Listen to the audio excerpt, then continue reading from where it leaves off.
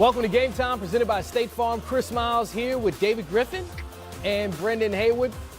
The Spurs and the Thunder, our game you'll see right here on NBA TV at 8. We're here to get you ready for that, the rematch, if you call it that. 3 games being played right now and 1 already done. We'll keep you up to speed with those as well. But first, according to multiple reports, 34-year-old J.J. Barea tore his Achilles, out for the season.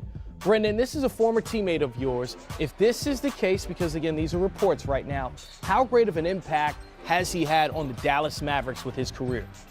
J.J. Barea has had a huge impact on the Dallas Mavericks since he's been there because he brings energy. He's the same person every day. Everybody talks about the run that he had from the pick and roll standpoint in 2011 and what he did for that championship team. But he was, as good as he was on the court, he's an even better person, better locker room guy.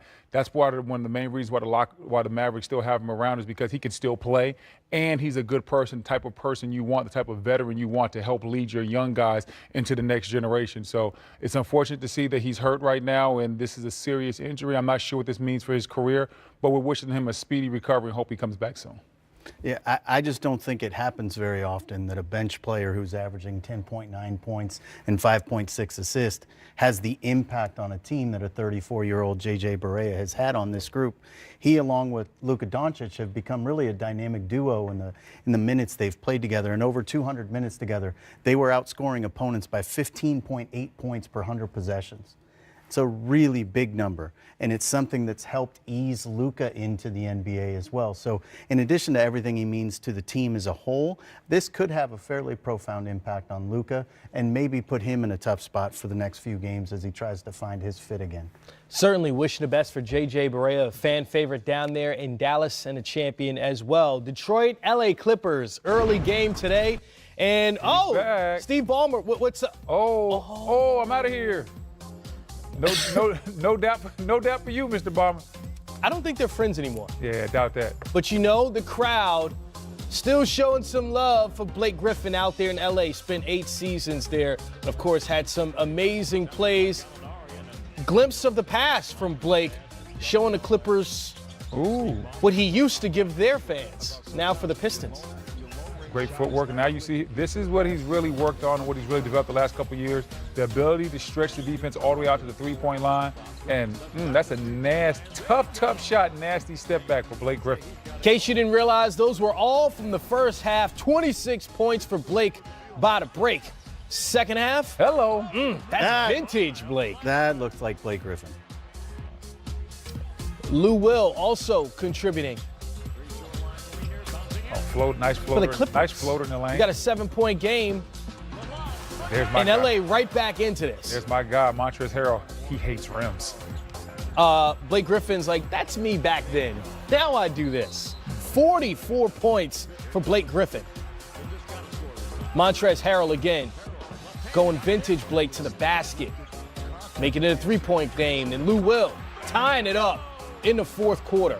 Is 22 Lou Will points for ever him. anything other than vintage Lou Will, by the way? Nope, that is it. Vintage and clutch. Those are the 2 words that describe him. Andre Drummond dunking and giving the Pistons a 3-point lead. How about some defense? That was a foul. That's not any defense. Yeah, or a mugging. That is a clear foul. Hey, no blood, no foul, right? There you go. Blake Griffin running the clock out, and there's some issues, and of course, with who else? Who's that guy to miss? Patrick Beverly. But Lou Will showing the love, not the hate. Patrick Beverly, he gets into it with a lot of guys, man. Gets under a lot of people's skin. That list is long. Huh? It's a long list. And Patrick Beverly always looks like he wants to razzle-dazzle. One of these days, he's actually going to get to somebody. We're going to see if he can actually fight. Well, here's Blake Griffin on that reunion he had with the Clippers today.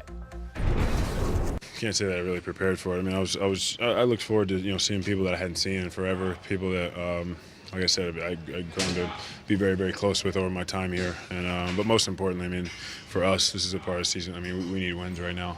So coming in and focusing and getting that done was the most important thing for us. For 9 years now, as soon as I'm done doing my pregame shooting, I make sure there's a path and I take off running to the locker room and I don't stop running. So.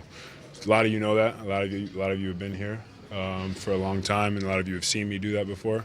So I don't change that for anybody. to tweet out something like that, like what you did, I thought was kind of because you know that. But that's what it was, plain and simple. It wasn't anything planned. Every single game I've done this for I don't know how long. So. Would you shake his hand if it wasn't prior to your warm-up? I'm honestly not here to answer hypothetical questions, to be honest. Well, Blake certainly seemed a little ticked off about what happened before the game, saying that's just part of his pregame routine. But he was certainly fired up once the game started, Brendan. Yeah, and you see it while he's hitting these tough shots. That's a very tough step back right there. And he was able to get it cooking from all angles, have 44 big points. This is an excellent drive by Blake. He sees the lane, takes off, soars through the lane. No one from the Clippers wanted anything to do with that dunk.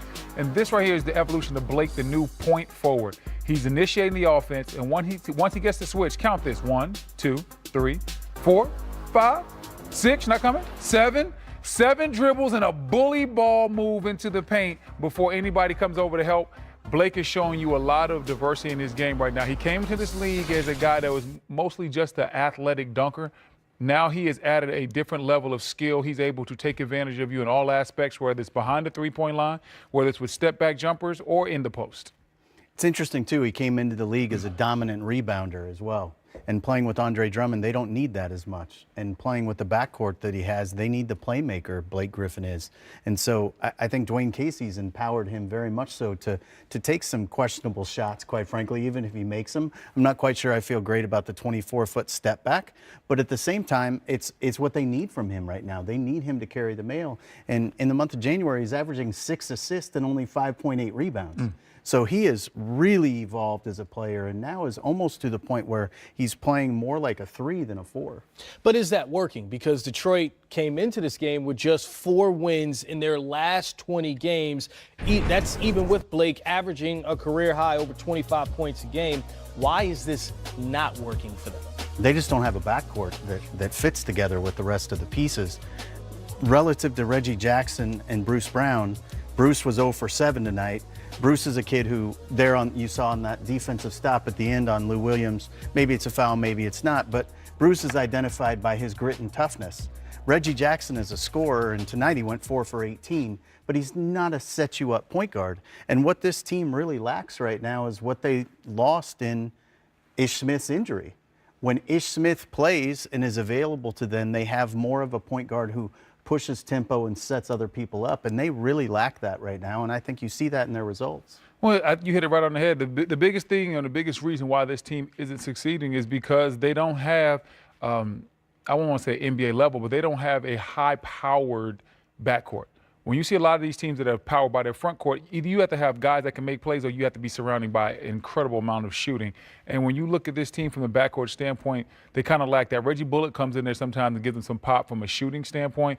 But from playmakers in the backcourt, this team is severely lacking that. And Reggie Jackson does have some skills, but normally his playmaking is for himself. That's evident in the fact that he only averages 4 assists, even though he is supposed to be a point guard. That's a great point that you make, and that's why we're seeing Point Blake at this point in his career. Memphis and Miami already in action this early evening, and it's Dwayne Wade. He provides that spark in the backcourt his entire career. Miami ahead in the fourth quarter over Memphis. And we're going to see some Kentucky bigs go head-to-head. Karl Anthony Towns, Anthony Davis, going to tip off at 8 o'clock. That should be a good one between Big Cat and the Bravo. Sixers come into tonight's game against the Hawks in 4th place in the East and sporting the NBA's best home record at 18-3. But they are one of the league's worst teams when it comes to turnovers. The Hawks lead the league with 18.7, then the Mavs, the Suns, and the 76ers. And it's ironic because a team as high in the standings as they are, and yet they're among the league leaders in turnovers. Smitty, are these turnovers a serious problem for the Philadelphia 76ers? Anytime you have turnovers, it's a serious problem because you're giving up possessions. And I think they're not the Golden State Warriors where they can make a possession with the 3 ball. And I think the one thing for them is, and they're not deep enough as far as bench as of today. I look at the Philadelphia 76ers when it comes down to playoff series where 1 to 2 possessions can be the difference between you winning not just the game but the series. You have to value the ball. You can stay in games if you just value the ball and don't kill yourself. And making mistakes like that, and especially turnovers, that's what will happen to you. Joel Embiid will not play tonight. J.J. Redick, however, is available after missing a couple of games. Jimmy Butler, I want to talk with you guys about him. Is he in the way, or is he making the Sixers better? Oh, he's both, because when he plays and he's not a distraction, they've been very good. And obviously, we look at the type of player he is. But when he's a distraction, I look at it as Jimmy Butler's in the way, because you got to start looking at it right now is, yes, wins and losses, unless you ultimately can win a championship with Jimmy Butler being a distraction, he's going to have to find a way. And I know the last part, they've downplayed it, but it's still things keep coming up. And maybe it's the media added a little bit more to the fire.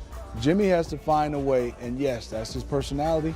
What it comes down to now, can you have this type of personality and win games? And that's the part for me is I would say, yeah, because they're winning games. But they're not going to be judged in the regular season. They're going to be judged in the playoffs, in my opinion, B. Will. I don't think he can continue this. I do believe he has been a distraction at times, and he's been a distraction at other stops.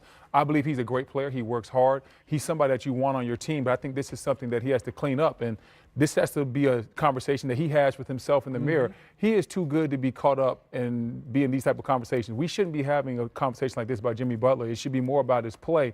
Unfortunately, it's been about these incidents from Minnesota to now in Philadelphia, and they don't have the type of team, and they don't have enough, I'll say, veterans to where they can survive this type of thing. They have a lot of strong presences in that locker room, a lot of strong personalities. They all need to be on the same page. Jimmy Butler doesn't need to be a distraction. And winning sometimes can be like a cologne. You can spray it on and it can cover up some of the stink of what's really going on. But at some point, that cologne's going to fade, and what really is there, you're going to smell it. The problem I had, B, when we said the other day, is you have a big three in Ben Simmons, Jimmy Butler, and Joel Embiid. Ben Simmons is not a factor when you start talking about offense, and I'm not saying because he couldn't shoot the basketball. He's a big point guard who wants to pass. There's no doubt the number one option is Joel Embiid. So you're the second option, and there's nothing wrong with that. And if you're a great player, B Wood throw it to me early. I can make plays off a catch and shoot. B Wood give it to me, go one-on-one. B Wood gives it to me. But if he's Joel Embiid, I'm going through him, and I'm going to play off him. Whatever numbers I get, long as we're winning, it shouldn't be anything talked about offense. And to your point, the numbers are still there for Jay. It's not like Embiid's going to score 50 points a game. The numbers can still be there for Jimmy. And the Sixers, who are looking up in the standings at the Bucks. And, guys, they enter tonight's game against the Wizards in Washington with the best winning percentage in the league at .725 to 29-11. And here's why. Third in offensive rating, third in defensive rating, and first in net rating. B. Wood, can the Bucks make it to the NBA Finals? Yes, the Bucks can make it to the NBA Finals. We have seen this type of system that Coach Bud had work in Atlanta, and Atlanta had a great run, and Atlanta had a chance to make it deep into the playoffs. They just ran into that guy, I think you know his name, LeBron James? Yeah, that's his name. The big guy in Cleveland used to wear the headband. Long story short is they couldn't get past that guy because Atlanta, as good as they were, they didn't have the best player in the series. Guess what Coach Bud has now? The Greek Freak, a guy in the name of Giannis Antetokounmpo. He can be the best player in a series. He can take over a series in multiple ways. He guards multiple positions. He can score the ball. He rebounds the ball, and defensively he can clean up things with block shots. So they can run their same ball movement style. They can attack you with Giannis. They're spreading you out to the three-point line. Oh, they have a stretch five in Brook Lopez that creates these huge gaps that Giannis and everybody else can drive through. And they have one of the most slept-on players in the league in Malcolm Brogdon on their team. And he, with his shooting ability and the way he gives them another point guard on the floor, he eases some of that pain offensively as well. I think they can definitely make a run. I look at it as they make a run. If one thing for me is Chris Middleton has to be like Chris Middleton was last year. And people don't understand it's a slight move that Bud made. It's a sacrifice on Chris Middleton. It is totally a different position when you play the 2 and the 3. So now he's at the 3 with Brogdon starting and also Bledsoe. If he can get his confidence back and get a reason why he's able to be consistent at the 3, it's totally different. I played the 2.